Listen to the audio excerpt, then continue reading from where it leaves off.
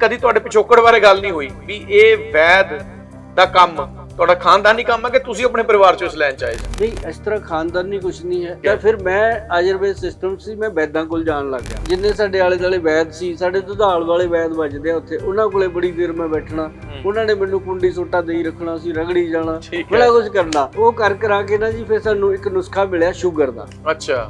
ਵੈਦ ਜੀ ਨੇ ਕਿਹਾ ਲੈ ਪੁੱਤ, ਕਹਿੰਦੇ ਤੈਨੂੰ ਆ ਨੁਸਖਾ ਦਿੱਤਾ, ਤੂੰ ਜਾ ਕੇ ਜਿੱਥੇ ਵੀ ਦੁਨੀਆ 'ਚ ਬੈਠੇਗਾ ਤੇਰੀ ਵਾਹ ਵਾਹ ਹੋ। 92 'ਚ ਮੈਂ ਚੰਡੀਗੜ੍ਹ ਆ ਗਿਆ ਸੀਗਾ। ਫਿਰ ਮੈਨੂੰ ਗੁਰਦੁਆਰਾ ਅੰਬ ਸਾਹਿਬ ਨੇ ਸੰਭਾਲਿਆ, ਜੋੜਾ ਘਰ 'ਚ ਬਿਠਾਤਾ ਉਹਨਾਂ ਨੇ ਮੈਨੂੰ। ਅੱਛਾ। ਮੈਂ ਉੱਥੇ ਬਹਿ ਕੇ ਸ਼ੂਗਰ ਦੀ ਦਵਾਈ ਫ੍ਰੀ ਦਿਆ ਕਰਾਂ ਲੋਕਾਂ ਨੂੰ। ਠੀਕ ਹੈ। 3 ਸਾਲ ਬਰਵਾਹ ਸਾਹਿਬ 1992 ਚ ਜਿਹੜੇ ਲੋਕ ਜਾਣਦੇ ਉਹਨਾਂ ਨੂੰ ਪਤਾ ਹੈ। ਤੋਂ ਪਹਿਲਾਂ ਪਾਈ ਹੈ ਅੰਬਾ ਹਲਦੀ, ਫਿਰ ਦਾਰੂ ਹਲਦੀ, ਕਾਲੀ ਹਲਦੀ, ਨੋਟ ਕਰਦੇ ਜਾਇਓ। ਫਿਰ ਕਾਲੀ ਹਲਦੀ, ਫਿਰ ਉਸ ਤੋਂ ਬਾਅਦ ਬੀਟ ਗ੍ਰਾਸ ਪਾਇਆ ਇਹਦੇ ਵਿੱਚ। ਬੀਟ ਗ੍ਰਾਸ ਦਾ ਉਦੋਂ ਕਿਸੇ ਨੂੰ ਜਾਣਦਾ ਵੀ ਨਹੀਂ ਸੀ ਕੋਈ, ਇਹ ਤਾਂ ਹੁਣ ਵਿਕਣ ਲੱਗਿਆ। ਇਹ ਤਾਂ ਹੁਣ ਵਿਕਣ ਲੱਗਿਆ। ਉਦੋਂ ਬੀਟ ਗ੍ਰਾਸ ਪਾਇਆ। ਫਿਰ ਕਾਲੇ ਜਾਮਨ ਦੀ ਅਸਲੀ ਜਿਹੜੀ ਗੁਠਲੀ ਹੁੰਦੀ ਆ, ਐ ਕੰਚ ਵਾਂਗੂ ਖੜਕਦੀ ਆ, ਉਹ 'ਚ ਲੱਗਿਆ ਲੁੱਗਿਆ ਨਹੀਂ ਹੁੰਦਾ, ਉਹ ਵਾਲੀ ਗੁਠਲੀ ਅੱਜ ਤੱਕ ਅਸੀਂ ਉੱਥੇ ਹੀ ਸਟੈਂਡ ਕਰਦੇ ਆ। ਤੇ ਉਸ ਤੋਂ ਬਾਅਦ ਇਹਦੇ ਵਿੱਚ ਅਸੀਂ ਪਾਈ ਹੈਗੀ ਕਾਟਨ ਸੀਡ, ਜਿਹਨੂੰ ਅਸੀਂ ਬੜੇਵਿਆਂ ਦੀ ਗਿਰੀ ਕਹਿੰਦੇ ਆ। ਠੀਕ ਹੈ। ਕਾਟਨ ਸੀਡ ਪਾਇਆ। ਫਿਰ ਅਸੀਂ ਇਹਦੇ ਵਿੱਚ ਪਾਈ ਹੈਗੀ ਹੈ ਜੀ ਉਸ ਤੋਂ ਬਾਅਦ ਕਰੇਲਿਆਂ ਦਾ ਪੰਚਾਂਗ ਪਾਇਆ ਜੀ। ਜਿਹੜਾ ਬਾੜ ਕਰੇਲਾ ਹੁੰਦਾ ਨਾ ਜੀ, ਉਹ ਪੂਰਾ ਪੱਟ ਕੇ ਉਹਨੂੰ ਵਾਸ਼ ਕਰਕੇ ਡਰਾਈ ਕਰਕੇ ਜਿਹੜਾ ਉਹਦਾ ਪਾਊਡਰ ਬਣਦਾ, ਫਿਰ ਉਹ ਪਾਊਡਰ ਇਹਦੇ ਪੂਰਾ ਵਿੱਚ ਟ੍ਰੀਟ ਕਰਕੇ ਪੂਰਾ। ਮਤਲਬ ਫਿਰ ਇਹਦੇ ਵਿੱਚ ਅਸੀਂ ਪਾਈ ਨਿੰਮ ਦੀਆਂ ਪੱਤੀਆਂ, ਬੇਲ ਦੀਆਂ ਪੱਤਰੀਆਂ ਜਿਹੜੀਆਂ ਸ਼ਿਵਜੀ ਤੇ ਚੜ੍ਹਦੀਆਂ ਨੇ, ਬੇਲ ਪੱਤਰੀ ਉਹ ਪਾਈਆਂ। ਫਿਰ ਇਹਦੇ ਵਿੱਚ ਅਸੀਂ ਪਾਈ ਗੁੜਮਾਰ ਬੂਟੀ। 10 ਚੀਜ਼ਾਂ ਪੈਂਦੀਆਂ ਨੇ ਜੀ। 10 ਦੀਆਂ 10 ਤੁਹਾਨੂੰ ਬੋਲਤੀਆਂ, ਮੈਂ ਬੋਲਦਾ ਹੀ ਰਹਿਣਾ। ਲੋਕ ਬਣਾਉਂਦੇ ਵੀ ਨੇ, ਖਾਂਦੇ ਵੀ ਨੇ, ਸੀਸਾਂ ਵੀ ਦਿੰਦੇ ਨੇ। ਮੈਨੂੰ ਇਸ ਗੱਲ ਦੀ ਖੁਸ਼ੀ ਹੈ ਵੀ 95 ਚ ਆਪਣਾ ਵਿਆਹ ਹੋਇਆ ਔਰ 96 ਚ ਬੇਟੀ ਪੈਦਾ ਹੋ ਗਈ ਔਰ 2019 ਦੇ ਵਿੱਚ ਜਾ ਕੇ ਉਹ BAMS ਕਰ ਗਈ। ਦੇਖੋ ਤੁਸੀਂ, ਅੱਜ ਉਹ ਵੈਦ ਬਣ ਕੇ ਮੇਰੇ ਨਾਲ ਪਿਓ ਵਾਲੀ ਲੈਣ ਫੜ ਲਈ ਬੇਟੀ ਨੇ। ਇਹਨੂੰ ਹੁਣ ਕਹਿ ਸਕਦੇ ਹੁਣੇ ਖਾਨਦਾਨੀ ਹੋ ਗਿਆ। ਬਿਲਕੁਲ ਠੀਕ। ਪਹਿਲਾ ਮਰੀਜ਼ ਕੋਈ ਜ਼ਿੰਦਗੀ 'ਚ ਸ਼ੂਗਰ ਦੇ ਪਤਾ ਨਹੀਂ ਕਿੰਨੇ ਠੀਕ ਕੀਤੇ ਹੋਣੇ, ਕੋਈ ਅਜਿਹਾ ਵਾਕਿਆ, ਕੋਈ ਪਹਿਲਾ ਮਰੀਜ਼ ਬਹੁਤ ਹੀ ਹਤਾਸ਼ ਆਇਆ ਹੋਵੇ ਤੁਹਾਡੇ ਕੋਲ ਤੇ ਆ ਕੇ ਉਹਨੇ ਫਿਰ ਤੁਹਾਡਾ ਧੰਨਵਾਦ ਕੀਤਾ ਹੋਵੇ? ਲੇਡੀ ਸੀ, ਉਹਨੂੰ ਰਸੌਲੀ ਸੀਗੀ ਬੱਚੇਦਾਨੀ ਚ। ਉਹਨੇ ਆ ਕੇ ਸਾਡੇ ਵੈਦ ਜੀ ਦੀ ਸਲਾਹ ਲੈ ਲਈ। ਵੈਦ ਅਨਿਲ ਕੁਮਾਰ ਜੀ ਨੇ ਅੱਜ ਵੀ ਸਾਡੇ ਨਾਲ ਨੇ। 15-20 ਦਿਨ ਬਾਅਦ ਦੱਸਿਆ ਵੀ ਲੱਗਦਾ ਕੁਝ ਫਾਇਦਾ ਹੋ ਰਿਹਾ, ਤੇ ਸਾਨੂੰ ਚੈਨ ਆਇਆ, ਜਾਨ ਚ ਜਾਨ ਸਾਹ ਆ ਗਿਆ। ਹਾਂ। ਤੇ 3 ਮਹੀਨੇ ਬਾਅਦ ਜੀ ਉਹਨਾਂ ਦੀ ਰਿਪੋਰਟ ਕਲੀਅਰ ਹੋ ਗਈ ਸੀ ਬੱਚੇਦਾਨੀ ਦੀ, ਰਸੌਲੀ ਦੀ। ਉਹ ਦਵਾਈ ਸਾਡੀ ਅੱਜ ਤੱਕ ਕਾਮਯਾਬ। 2005 ਚ ਸਾਡੇ ਹੱਥ 'ਚ ਉਹ ਗਿੱਦੜ ਸਿੰਘੀ ਆਈ, ਜਿਹਦੇ ਨਾਲ ਫਿਰ ਸਾਨੂੰ ਪਿੱਛੇ ਮੁੜ ਕੇ ਦੇਖਣ ਦੀ ਲੋੜ ਨਹੀਂ ਪਈ। ਉਹ ਸੀਗੀ ਸਾਡੇ ਕੋਲੇ ਨਰਵੋ ਪਲੱਸ ਡੀ। ਠੀਕ ਹੈ ਜੀ। ਜਿਹਨੇ ਲੋਕਾਂ ਨੂੰ ਨਸ਼ੇ ਛੁਡਾਏ। 80 ਪੇਸ਼ੈਂਟ ਸਾਡੇ ਕੋਲੇ ਨਸ਼ਾ ਮੁਕਤੀ ਦੇ। ਉਹ ਪਹਿਲਾ ਕੈਂਪ ਸਾਡਾ ਗੁਰਦੁਆਰਾ ਬਾਗ ਸ਼ਹੀਦਾਂ 'ਚ ਸੀ, ਸੈਕਟਰ 44 ਚ। ਯੰਗ ਲੜਕੀ ਦੇਖਣ ਨੂੰ ਪ੍ਰੀਤੀ ਸਪਰੂ ਵਰਗੀ ਲੱਗੇ, ਉਹ ਸਮਾਰਟ ਕੁੜੀ। ਆਪਣੇ ਟਾਈਮ ਦੀ ਹੀਰੋਇਨ ਯਾਦ ਆ ਤੁਹਾਨੂੰ? ਹਾਂ ਬਿਲਕੁਲ ਯਾਦ ਆਊਗੀ ਜੀ, ਅਸੀਂ ਫਿਲਮਾਂ ਦੇਖੀਆਂ ਹੋਗੀਆਂ। ਤੇ ਉਹ ਨਾ ਜੀ ਉਹ ਬੈਠੀ, ਸਾਨੂੰ ਵੀ ਬੜਾ ਲੱਗਿਆ ਵੀ ਇਹ ਕਿਉਂ ਆਈ ਹੈ ਸਾਡੇ ਨਸ਼ਾ ਮੁਕਤੀ ਦੇ ਕੈਂਪ 'ਚ, ਇਹਨੂੰ ਕੀ ਹੋ ਗਿਆ? ਇਹ ਲੜਕੀ ਕਿਉਂ ਆਈ ਹੈ, ਸਮਾਰਟ ਹੈ, ਸਭ ਕੁਝ, ਇਹਨੂੰ ਕੋਈ ਪ੍ਰੋਬਲਮ ਤਾਂ ਲੱਗਦੀ ਨਹੀਂ। ਪਰ ਜਦੋਂ ਨਾ ਜੀ ਉਹ ਸਾਡੇ ਕੋਲੇ ਆਈ, ਕੈਬਨ ਦੇ ਵਿੱਚ ਮੈਂ ਸੀ, ਸਾਡੇ ਵੈਦ ਜੀ ਬੈਠੇ ਸੀ, ਉਹ ਰੋਈ ਨਾ ਜੀ ਕੁਝ ਫੁੱਟ ਕੇ। ਲੇਕਿਨ ਮੈਂ ਇੰਨਾ ਜ਼ਰੂਰ ਦੱਸਦਾ ਵੀ ਚੰਡੀਗੜ੍ਹ 22 ਸੈਕਟਰ ਦੇ ਵਿੱਚ ਉਹਦਾ ਕੁੜੀ ਦੇ PG ਸੀਗੇ 2 ਆਪਦੀਆਂ ਕੋਠੀਆਂ ਸੀ, ਮਾਮਾ ਧੀਆਂ ਸੀ। ਇੰਨੇ ਸਾਲ ਪਹਿਲਾਂ ਮਾਮਾ ਧੀਆਂ ਸੀ, ਫਾਦਰ ਹੈ ਮਤਲਬ ਪੈਸੇ ਦੀ ਘਾਟ ਨਹੀਂ ਸੀ। ਹਾਂ, ਕਿਸੇ ਚੀਜ਼ ਦੀ ਕਮੀ ਨਹੀਂ ਸੀ। ਲੇਕਿਨ ਜਿੱਦਣ ਮੇਰੇ ਕੋਲ ਆਈ ਸੀ ਉਦੋਂ ਕੁਝ ਵੀ ਨਹੀਂ ਸੀ ਵਿਚਾਰੀ, ਸਭ ਕੁਝ ਵੇਚੀ ਬੈਠੀ। ਪਾਇਆ ਕਿ ਨੁਸਖਾ ਜੱਗਰ ਕਰਾਂਗੇ, ਮੈਂ ਸਾਰੀ ਜਗ੍ਹਾ ਕਰਦਾ, ਲੁਕੋ ਕੋਈ ਨਹੀਂ ਹੈ। ਕਿਆ ਪਤਾ ਦੁਨੀਆ ਚੋਂ ਕਦ ਚਲੇ ਜਾਈਏ, ਸਿੱਧੂ ਮੂਸੇ ਵਾਲੇ ਵਾਂਗੂ ਸਾਡੇ ਗਾਣੇ ਵੱਜਣਗੇ, ਉਵੇਂ ਸਾਡੇ ਨੁਸਖੇ ਬੋਲਣਗੇ। ਯਾਦ ਕਰਨਗੇ। ਮਹਾਵਾਤ ਵਿਦਵਾਨਸਨ ਰਸ, ਨੋਟ ਕਰ ਲਿਓ। ਇਹ ਇੱਕ ਗ੍ਰੰਥਿਕ ਯੋਗ ਹੈ, ਇਹ ਕੋਈ ਬਾਹਰੋਂ ਨਹੀਂ, ਸਾਡੇ ਵੈਦ ਜੀ ਦਾ ਗ੍ਰੰਥ ਦਾ ਯੋਗ ਹੈ। ਵੈਦ ਭਰਾ ਵੀ ਨੋਟ ਕਰ ਲੈਣ। ਬੇਸ਼ੱਕ ਉਹ ਬਣਾਉਣਗੇ, ਲੋਕਾਂ ਨੂੰ ਦੇਣਗੇ, ਕਿਸੇ ਦਾ ਨਸ਼ਾ ਹੀ ਛਡਾਉਣਗੇ, ਨਾਲੇ 4 ਪੈਸੇ ਕਮਾਉਣਗੇ, ਸੁਭਾਸ਼ ਗੋਇਲ ਨੂੰ ਦਵਾ ਦੇਣਗੇ। ਤੇ ਦੂਜਾ ਹੈਗਾ ਇਹਦੇ ਵਿੱਚ ਸਮੀਰ ਪੰਨਗ ਰਸ, ਤੀਜਾ ਹੈਗਾ ਇਕੰਗ ਵੀਰ ਰਸ, ਚੌਥਾ ਹੈਗਾ ਇਹਦੇ ਵਿੱਚ ਸੂਤ ਸ਼ੇਖਰ ਰਸ। ਇਹ 4 ਉਹ ਰਸ ਨੇ ਜੀ। ਇੱਕ ਰਸ ਦੇ ਵਿੱਚ ਇੱਕ ਰਸ ਦੇ ਵਿੱਚ, ਜਿਵੇਂ ਮਹਾਵਾਤ ਵਿਦਵਾਨਸਨ ਰਸ ਹੈ, ਇਹ 'ਚ 14 ਔਸ਼ਧੀਆਂ ਨੇ। ਠੀਕ ਹੈ। ਸ਼ੂਤ ਸ਼ੇਖਰ ਰਸ ਹੈ, ਉਹਦੇ ਵਿੱਚ 28 ਔਸ਼ਧੀਆਂ ਨੇ। ਮਤਲਬ ਕੁੱਲ ਮਿਲਾ ਕੇ 100-125 ਜੜੀ ਬੂਟੀਆਂ ਦਾ ਮਿਸ਼ਰਣ ਹੈ। ਠੀਕ ਹੈ। ਔਰ ਇਹ ਐਸੀ ਚੀਜ਼ ਬਣੀ ਜੀ, ਨਾ ਕੋਈ ਤੋੜ, ਨਾ ਨਸ਼ੇ ਦੀ ਲੋੜ, ਨਾ ਕੋਈ ਕਿਸੇ ਕਿਸਮ ਦੀ ਸੈਕਸ ਦੀ ਕਮਜ਼ੋਰੀ, ਨਾ ਕਿਸੇ ਕਿਸਮ ਦੀ ਰਾਤ ਨੂੰ ਨੀਂਦ ਆਉਣ ਦੀ ਦਿੱਕਤ। ਮਤਲਬ ਹਰ ਪੱਖੋਂ brain, body and sex power ਨੂੰ ਇਨਕਰੀਜ਼ ਕਰ ਦਿੰਦਾ। ਔਰ ਪਹਿਲੇ ਦਿਨ ਤੋਂ ਨਸ਼ਾ ਬੰਦ, ਔਰ ਹੌਲੀ ਹੌਲੀ ਕਰਕੇ ਇਹ 2 ਮਹੀਨੇ 'ਚ ਇਹ ਦਵਾਈ ਬੰਦ ਹੋ ਜਾਂਦੀ ਹੈ। ਸਤਿ ਸ਼੍ਰੀ ਅਕਾਲ। ਸਾਡੀ ਇਹ ਖਾਸ ਪੇਸ਼ਕਸ਼ ਦੇਖਣ ਵਾਲ ਦਾ ਬਲਜੀਤ ਮਰਵਾਹਾ ਵੱਲੋਂ ਸਵਾਗਤ। ਸੋ ਦਰਸ਼ਕੋ, ਅਕਸਰ ਤੁਸੀਂ ਸਾਡੇ ਚੈਨਲਸ ਤੇ ਸ਼ੋਅ ਦੇਖਦੇ ਹੁੰਦੇ ਹੋ ਵੈਦ ਸੁਭਾਸ਼ ਗੋਇਲ ਹੋਣਾ ਦੇ। ਬੜੇ ਲੰਬੇ ਸਮੇਂ ਤੋਂ ਜਿਹੜਾ ਹੈਗਾ ਉਹ ਸਿਹਤ ਖੇਤਰ ਦੇ ਵਿੱਚ, ਮੈਂ ਸੇਵਾ ਹੀ ਕਵਾਂਗਾ, ਉਹ ਸੇਵਾ ਕਰਦੇ ਆ ਰਹੇ ਨੇ। ਚਲੋ ਕਾਰੋਬਾਰ ਤਾਂ ਹੈ ਹੀ ਹੈ, ਪਰ ਉਹੀ ਹੈ ਇਹਦੇ ਵਿੱਚ ਸਮਾਜ ਸੇਵਾ ਕਿੰਨੀ ਕੁ ਝਲਕਦੀ ਹੈ ਗੋਇਲ ਉਹਨਾਂ ਦੇ ਕੰਮ 'ਚ, ਇਹ ਦੱਸਣ ਦੀ ਲੋੜ ਨਹੀਂ। ਔਰ ਇਹ ਵੀ ਨਹੀਂ ਕਿ ਅਸੀਂ ਇਹਨਾਂ ਦੀ ਇੰਟਰਵਿਊ ਕਰਦੇ ਆ ਤੇ ਮੈਂ ਤਾਰੀਫਾਂ ਕਰ ਰਿਹਾ, ਪ੍ਰਤੱਖ ਨੂੰ ਪ੍ਰਮਾਣ ਦੀ ਜ਼ਰੂਰਤ ਨਹੀਂ ਹੁੰਦੀ। ਪੰਜਾਬ ਦੇ ਤੁਸੀਂ ਕਿਸੇ ਜ਼ਿਲ੍ਹੇ ਚੱਲ ਜਾਓਗੇ ਤੇ ਕਹੋਗੇ ਵੀ ਵੈਦ ਸੁਭਾਸ਼ ਗੋਇਲ ਦਾ ਨਾਮ ਸੁਣਿਆ, ਤਾਂ ਕੋਈ ਇਹੋ ਜਿਹਾ ਬੰਦਾ ਕਹੇਗਾ ਨਹੀਂ ਸੁਣਿਆ, ਸ਼ਾਇਦ ਹੀ ਕੋਈ ਸਾਨੂੰ ਸ਼ਖਸ ਮਿਲੇਗਾ। ਔਰ 3 ਦਹਾਕੇ ਤੋਂ ਵੱਧ ਸਮਾਂ ਹੋ ਗਿਆ, 30 ਸਾਲ ਤੋਂ ਜ਼ਿਆਦਾ ਸਮਾਂ ਹੋ ਗਿਆ ਗੋਇਲ ਸਾਹਿਬ ਨੇ ਜਦੋਂ ਇਹ ਕਾਰਜ ਸ਼ੁਰੂ ਕੀਤਾ ਸੀ। ਅੱਜ ਅਸੀਂ ਤੁਹਾਨੂੰ ਕੋਈ ਦਵਾਈਆਂ ਦੇ ਨੁਸਖੇ ਨਹੀਂ ਦੱਸਣੇ, ਕੋਈ ਬਿਮਾਰੀਆਂ ਦੀ ਗੱਲ ਨਹੀਂ ਕਰਨੀ। ਅੱਜ ਗੱਲ ਇਹ ਕਰਾਂਗੇ ਕਿ ਗੋਇਲ ਸਾਹਿਬ ਦਾ ਪਿਛੋਕੜ ਲੈ ਕੇ ਚੱਲਦੇ ਆ ਤੁਹਾਨੂੰ, ਕਿ ਉਹ ਖਾਨਦਾਨੀ ਵੈਦ ਨੇ, ਕਿ ਉਹਨਾਂ ਦੇ ਪਿਤਾ ਜੀ ਵੈਦ ਸੀਗੇ ਜਾਂ ਉਹਨਾਂ ਦੇ ਦਾਦਾ ਜੀ ਵੈਦ ਸੀਗੇ, ਜਾਂ ਉਹ ਆਪਣੇ ਪਰਿਵਾਰ 'ਚ ਇਸ ਲਾਈਨ 'ਚ ਆਏ। ਤੇ 30 ਸਾਲਾਂ ਦੇ ਜੇ ਆਪਾਂ ਉਹਨਾਂ ਦੀ ਇਸ ਸੇਵਾ ਦਾ, ਕਰਮ ਦਾ ਨਿਚੋੜ ਕੱਢੀਏ, ਕੀ ਨਿਕਲਦਾ ਹੈ, ਉਹਨਾਂ ਤੋਂ ਹੀ ਜਾਣਦੇ ਆ। ਸਾਡੇ ਨਾਲ ਮੌਜੂਦ ਨੇ ਗੋਇਲ ਸਾਹਿਬ, ਬਹੁਤ ਬਹੁਤ ਸਵਾਗਤ ਹੈ ਜੀ ਸਾਡੇ ਸ਼ੋਅ 'ਚ। ਜੀ ਮਰਵਾਹਾ ਜੀ, ਤੁਹਾਡਾ ਵੀ ਬਹੁਤ ਬਹੁਤ ਸਵਾਗਤ, ਔਰ ਜਿੰਨੇ ਵੀ ਦਰਸ਼ਕ ਅੱਜ ਪ੍ਰੋਗਰਾਮ ਦੇਖ ਰਹੇ ਆ ਉਹਨਾਂ ਦਾ ਵੀ ਤਹਿ ਦਿਲੋਂ ਬਹੁਤ ਬਹੁਤ ਸਵਾਗਤ ਜੀ, ਔਰ ਸਾਰਿਆਂ ਨੂੰ ਮੇਰੇ ਵੱਲੋਂ ਪਿਆਰ ਭਰੀ ਸਤਿ ਸ੍ਰੀ ਅਕਾਲ ਜੀ, ਨਮਸਕਾਰ ਜੀ। ਸੋ ਗੋਇਲ ਸਾਹਿਬ, ਅੱਜ ਜਿਹੜੀ ਮੈਂ ਹੁਣ ਇੰਟਰੋ ਦੇ ਕੇ ਹਟਿਆ, ਹਾਂ, ਤੇ ਮੈਂ ਵੀ ਬੜੇ ਲੰਬੇ ਸਮੇਂ ਤੋਂ ਤੁਹਾਡੇ ਨਾਲ ਜਾਣੂ ਆ, ਪਰਿਚਿਤ ਹੈਗਾ, ਤੇ ਕਦੀ ਤੁਹਾਡੇ ਪਿਛੋਕੜ ਬਾਰੇ ਗੱਲ ਨਹੀਂ ਹੋਈ ਵੀ ਇਹ ਵੈਦ ਦਾ ਕੰਮ ਤੁਹਾਡਾ ਖਾਨਦਾਨੀ ਕੰਮ ਹੈ ਕਿ ਤੁਸੀਂ ਆਪਣੇ ਪਰਿਵਾਰ ਚੋਂ ਇਸ ਲਾਈਨ 'ਚ ਆਏ ਸੀ? ਨਹੀਂ, ਇਸ ਤਰ੍ਹਾਂ ਖਾਨਦਾਨੀ ਕੁਛ ਨਹੀਂ ਹੈ ਸਾਡਾ। ਐਕਚੁਅਲੀ ਪਿੰਡ ਹੈ ਚੌਂਦਾ ਮਰਨਮੀ, ਮਲੇਰਕੋਟਲੇ ਤੋਂ ਖੰਨੇ ਵਾਲੀ ਰੋਡ ਤੇ ਹੈ। ਅੱਛਾ, ਜ਼ਿਲ੍ਹਾ ਕਿਹੜਾ ਪੈ ਜਾਂਦਾ? ਸੰਗਰੂਰ ਜ਼ਿਲ੍ਹੇ 'ਚ, ਹੁਣ ਤਾਂ ਮਲੇਰਕੋਟਲਾ ਜ਼ਿਲ੍ਹਾ ਹੀ ਬਣ ਗਿਆ। ਹਾਂ ਬਿਲਕੁਲ ਠੀਕ ਹੈ। ਉੱਥੇ ਪੈ ਜਾਂਦਾ ਹੈ। ਤੇ ਐਕਚੁਅਲੀ ਉੱਥੇ ਨਾ ਜੀ ਸਾਡੇ ਫਾਦਰ ਦੀ ਦੁਕਾਨ ਸੀ ਕਰਿਆਨੇ ਦੀ। ਠੀਕ ਹੈ। ਉਹ ਬੜੀਆਂ ਛੋਟੀ ਛੋਟੀਆਂ ਦਵਾਈਆਂ ਬਣਾਉਂਦੇ ਰਹਿੰਦੇ ਸੀਗੇ, ਲੋਕਾਂ ਨੂੰ ਵੀ ਦਿੰਦੇ ਸੀ।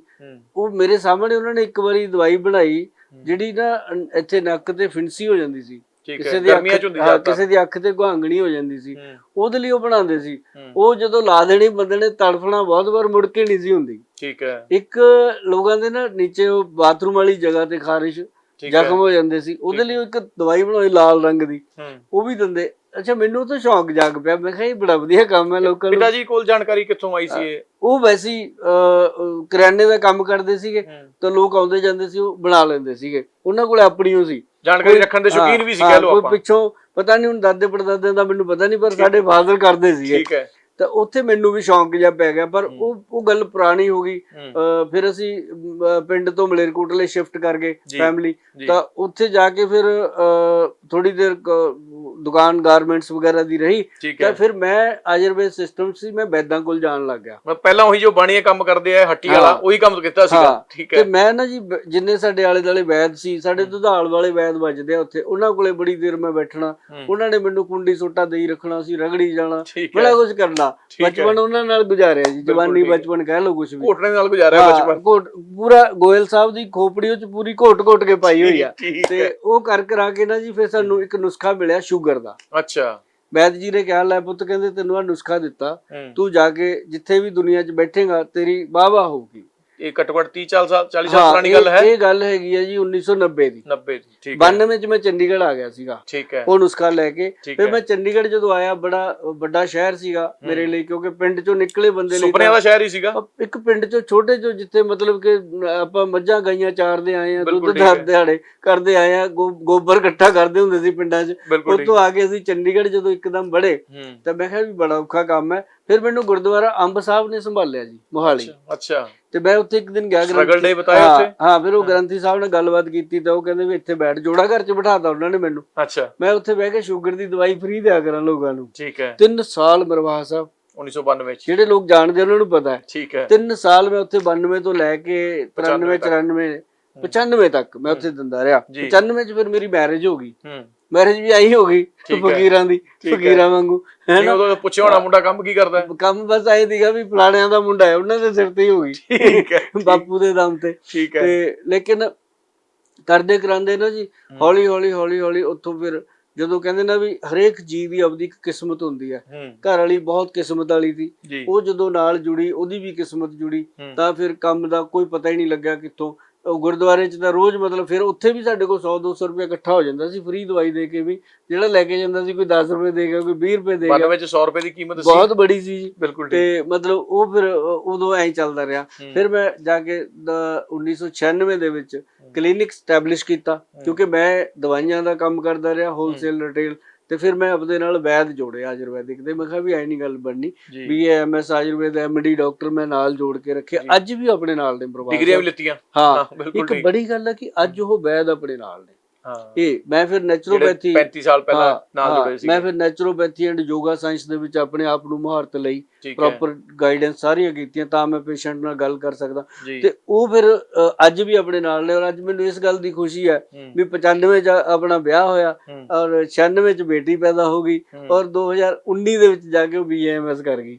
ਦੇਖੋ ਤੁਸੀਂ ਅੱਜ ਉਹ ਵੈਦ ਬਣ ਕੇ ਮੇਰੇ ਨਾਲ ਪਿਓ ਵਾਲੀ ਲੈਣ ਫੜ ਲਈ ਬੇਟੀ ਨੇ। ਇਹਨੂੰ ਹੁਣ ਕਹਿ ਸਕਦੇ ਹੁਣੇ ਖਾਨਦਾਨੀ ਹੋ ਗਿਆ। ਬਿਲਕੁਲ ਠੀਕ ਹੈ, ਬੇਟੀ ਸੀ ਨੂੰ ਅੱਗੇ ਤੋਰੇਗੀ। ਹਾਂ ਤੇ ਉਹ ਤੋਰ ਵੀ ਰਹੀ ਹੈ ਜੀ। ਔਰ ਇਸ ਕਰਕੇ ਅੱਜ ਜਿਹੜਾ ਬੈਠੇ ਆ ਇਹ ਸਫਰ ਕਰਦੇ ਕਰਦੇ, ਜਿਵੇਂ ਡਾਇਬੀਟੀਜ਼ ਦਾ ਸਾਡਾ ਇਹੀ ਨੁਸਖਾ ਸੀਗਾ ਜੀ। ਜੀ ਮੈਂ ਨੁਸਖਾ ਜੱਗਰ ਕਰਦਾ। ਮੈਂ ਪਹਿਲਾਂ ਇਹੀ ਸਵਾਲ ਪੁੱਛਣਾ ਸੀਗਾ ਵੀ ਤੁਸੀਂ 1992 ਚ ਆਪਣਾ ਉਹ ਨੁਸਖਾ ਲੈ ਕੇ ਸੰਗਰੂਰ ਤੋਂ ਇੱਥੇ ਚੰਡੀਗੜ੍ਹ ਆ ਗਏ ਸੀਗੇ ਤੇ ਉਸ ਟਾਈਮ ਸ਼ੂਗਰ ਕਿੰਨੀ ਕੁ ਹੁੰਦੀ ਸੀਗੀ?